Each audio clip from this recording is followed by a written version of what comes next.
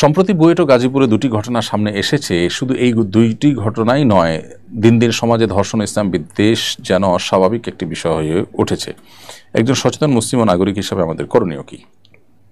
প্রথম কথা হলো যে দেশে সাম্প্রদায়িক সম্প্রীতি নষ্ট করবার জন্য বা দেশকে অস্থিতিশীল করবার জন্য একটা চক্র যে কাজ করছে, এটিকে প্রশাসন অত্যন্ত কঠোর হস্তে দমন করা উচিত ছিল। দুর্ভাগ্যজনক বাস্তবতা হলো সেটিকে দমন না করে সাধারণ মানুষের যে সংক্ষুব্ধ হওয়ার স্বাভাবিক বিষয়, সেটাকে বরং নিয়ন্ত্রণ করবার চেষ্টা করা হচ্ছে, যেটা খুবই দুর্ভাগ্যজনক এবং অবাস্তব একটি পদক্ষেপ। দীর্ঘদিন থেকে সাম্প্রদায়িক ধর্ষণের মতো এরকম জঘন্য অপরাধ বাংলাদেশে হয়ে আসছে। বিগত সরকার আমল থেকেই সোশ্যাল মিডিয়াতে ব্যাপকভাবে এটা নিয়ে আলোচনা, পর্যালোচনা এবং বিভিন্ন রকমের অভিযোগ উঠেছে।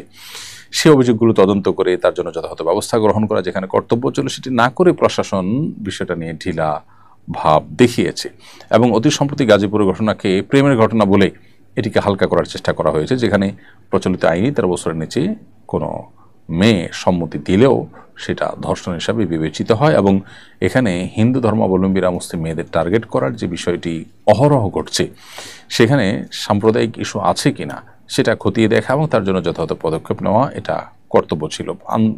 দুর্ভাগ্যজনক বাস্তবতা হলো যেখানে শুধু প্রেমের ঘটনা বলেই থেমে যাওয়া হচ্ছে, বাকি বিষয়টা নিয়ে তদন্ত করা হবে, দেখা হবে, সেরকম কোনো প্রতিশ্রুতিও আমরা শুনতে পাচ্ছি না। এটা দুর্ভাগ্যজনক বাস্তবতা। বুয়েটের ঘটনা থেকেও পরিষ্কার যে এখানে আসলে মূলত ধর্মীয় যে সাম্প্রদায়িক যে দৃষ্টিভঙ্গি, সেই দৃষ্টিভঙ্গি থেকেই সে এই মুসলিম মেয়েদেরকে টার্গেট করেছে এবং মুসলিম মেয়েদের হিজাব, বোরকা, তাদের পর্দা, এরকম পুরোহিত মেয়েদেরকে নিয়ে অনেক নোংরা এবং অশ্রাব্য ভাষায় সে বিভিন্ন কমেন্ট করেছে। অতএব এগুলোকে কঠোর হস্তে দমন করা উচিত, আর না হলে দিন দিন এগুলো বাড়তে থাকলে সমাজ অস্থিতিশীল হবে এবং কোনোভাবেই সাধারণ মানুষের আবেগ নিয়ে খেলা করা উচিত নয়।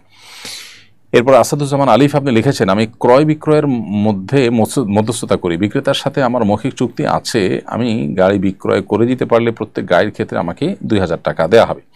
এই চুক্তি করা এবং চুক্তির অনুপাতে টাকা গ্রহণ করা জায়েজ আছে কিনা? উত্তর হলো, আপনি গাড়ি বিক্রি করার জন্য বিক্রেতার হয়ে ক্রেতার কাছে যদি আপনি দাম, দস্তুর এবং বিক্রয়ের কাজে সহযোগিতা করার মতো কাজ করেন, তাহলে সেক্ষেত্রে এটা আপনার পারিশ্রমিক যেটি তিনি আপনাকে গাড়ি প্রতি দিবেন বলেছেন, সো এটা আপনার জন্য নেওয়া জায়েজ আছে। এবং এই মধ্যস্থতা করে আপনি যে পরিশ্রম করছেন তার বিনিময়ে যেটি নিচ্ছেন পারিশ্রমিক, সেটি না জায়েজ হওয়ার কোনো কারণ নেই।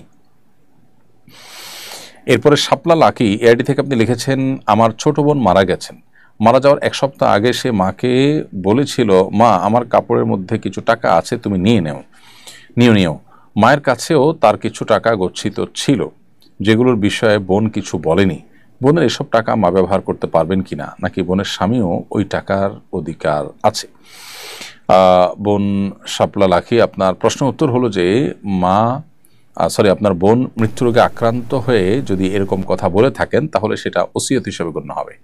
আর মৃত্যুশয্যায় শায়িত হয়ে বা আপনার জীবনের শেষ জীবন সায়ান্নে এসে এরকম কথা বললে সেটার মানে হলো আমি মারা গেলে তুমি এটা নিও, আর এটাকে ওসিয়ত বলা হয়। আর নবী সাল্লাল্লাহু আলাইহি ওয়াসাল্লাম বলেছেন, লা ওসিয়াতা লিওয়ারিসিন, ওয়ারিসের জন্য কোনো ওসিয়ত চলে না। অতএব এই ক্ষেত্রে আপনার বোন আপনার মার জন্য যদি ওসিয়ত করে থাকেন যে মা আমার কাপড়ে থাকা টাকাটা তুমি নিয়ে নিও, এটা ওসিয়ত হিসাবে বিবেচ্য হবে যদি মৃত্যুশয্যায় হয়ে থাকে, এবং ওসিয়ত যেহেতু হয়েছে অতএব আপনার মার জন্য এটা নেওয়া জায়েজ নয়, কারণ ওয়ারিসের জন্য ওসিয়ত করা জায়েজ নয়। ওয়ারিস ছাড়া অন্য কোনো ব্যক্তির জন্য ওসিয়ত করা যেতে পারে 1/3 সম্পত্তির মধ্যে। এখন যদি এরকম পরিস্থিতিতে তিনি আপনার মাকে বলে থাকেন, তাহলে সে টাকার মালিক হবে অন্যান্য ওয়ারিসরা। আপনার মা আনুপাতিক হারে যতটুকু সম্পদ পাওয়ার কথা শরিয়া দৃষ্টিকোণ থেকে কোরআনের বন্টন অনুযায়ী সেই হিসাবে আপনার মা পাবে। এছাড়া স্বামী সহ অন্য ওয়ারিস যারা আছেন তাদের মধ্যে যথাযথভাবে কোরআন বর্ণিত হারে বন্টন হবে। আর যদি যথেষ্ট আগে থেকে ইনি এটা বলে থাকেন, মৃত্যুশয্যা না বলে থাকেন, তাহলে সেক্ষেত্রে এটা আপনার মায়ের জন্য গিফট হবে। সন্তান মাকে গিফট হিসাবে দিতেই পারেন, সেক্ষেত্রে সেটা তার জন্য নেওয়া জায়েজ হতে পারে। এবং সেক্ষেত্রে এখানে অন্য কোনো ওয়ারিসরা স্বামী বা অন্যকে অংশ পাবেন না, যেটুকু মায়ের জন্য দিয়েছে, যদি সেটা তার টোটাল সম্পদ যেটি সেটা গিফট হিসাবে থাকে এবং মৃত্যুশয্যায় না হয়ে অনেক আগে থেকে সাধারণ রোগের মধ্যে অসুস্থ অবস্থায়, যে অসুস্থর পরে আবার তিনি সুস্থ হয়েছেন বা সুস্থ হওয়ার সম্ভাবনা আছে, জাস্ট অসুস্থ অবস্থায় কিংবা স্বাভাবিক অবস্থায় মৃত্যুশয্যা নয়, তিনি মাকে যদি বলেন এটা তুমি নিয়ে নাও, এটা গিফট হিসাবে বিবেচিত হবে।